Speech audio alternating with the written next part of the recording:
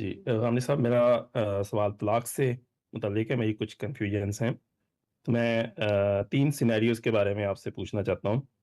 پہلا یہ ہے کہ اگر طلاق دے دی ہے اور 3 ماہ مکمل ہونے سے پہلے رجوع کر لیا، تو اس کیس میں کیا یہ طلاق نمبر 1 شمار ہوگی؟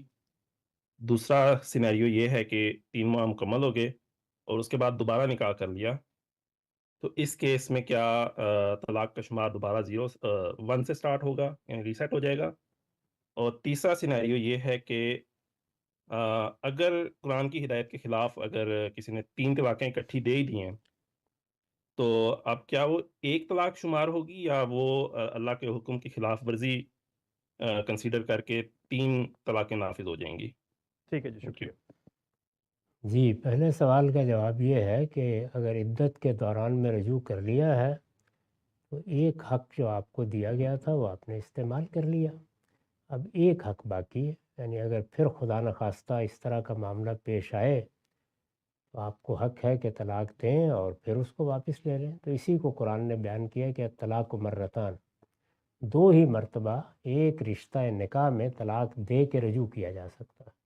اس میں کوئی نیا نکاح کرنے کی ضرورت نہیں ہے، بس رجوع ہو گیا، میاں بیوی ہیں۔ پہلے سوال کے جواب میں قرآن مجید نے جو کچھ فرمایا ہے وہ یہ ہے۔